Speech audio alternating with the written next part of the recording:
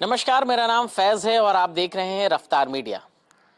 भारत आर्थिक तरक्की के रास्ते पर है, लेकिन चौंकाने वाली बात यह है कि 6500 से अधिक करोड़पति भारत छोड़कर जाने ही वाले हैं। आज भारी संख्या में लोग आर्थिक तरक्की की खोज भारत के बाहर देख रहे हैं। इसका मतलब हुआ कि माइग्रेशन भारत के लिए एक गंभीर समस्या है, देश के अंदर भी और देश के बाहर भी। बिहार और उत्तर प्रदेश जैसे राज्यों से भारी संख्या में लोग एक जगह से दूसरी जगह माइग्रेट्स होते हैं। यानी माइग्रेशन एक जटिल समस्या है जिसे दिया गया बेहद ही साधारण नाम है। वैसे तो माइग्रेट्स रिफ्यूजी होते हैं, लेकिन 2/3 माइग्रेशन काम की खोज के लिए होता है। माइग्रेशन से जुड़ी कई गलत अवधारणाएं भी हैं, जिसका जानना आपके लिए बेहद जरूरी है।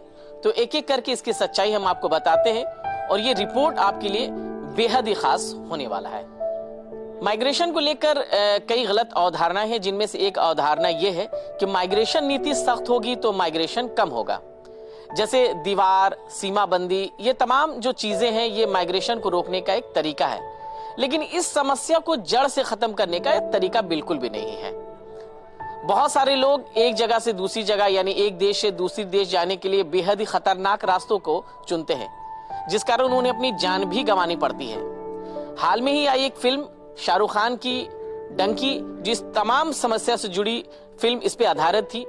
और माइग्रेशन नीति ये कहा जाता है सख्त होगा तो माइग्रेशन कम होगा, लेकिन कहीं ना कहीं ये अवधारणाएं बिल्कुल गलत साबित हो रही है। एक अवधारणा है कि जिस देश की अर्थव्यवस्था बेहतर होती है तो वहां लोग देश छोड़कर कम जाते हैं, यानी माइग्रेशन कम होता है। सुनने में तो बहुत अच्छा लगता है। जाहिर तौर पे जिस देश की अर्थव्यवस्था बेहतर होगी वो अपना देश छोड़कर जाएंगे ही क्यों, लेकिन ऐसा बिल्कुल भी नहीं है। इसलिए मैं कह रहा हूं कि इसमें सच्चाई इसलिए बिल्कुल नहीं है कि जिस देश की अर्थव्यवस्था बेहतर होती है इसके बनिस्बत वो माइग्रेशन ज्यादा होता है। लेकिन गरीब देशों के लिए एक जगह से दूसरे जगह जाना काफी खर्चीला होता है, वो एक जगह से दूसरी जगह नहीं जा सकते।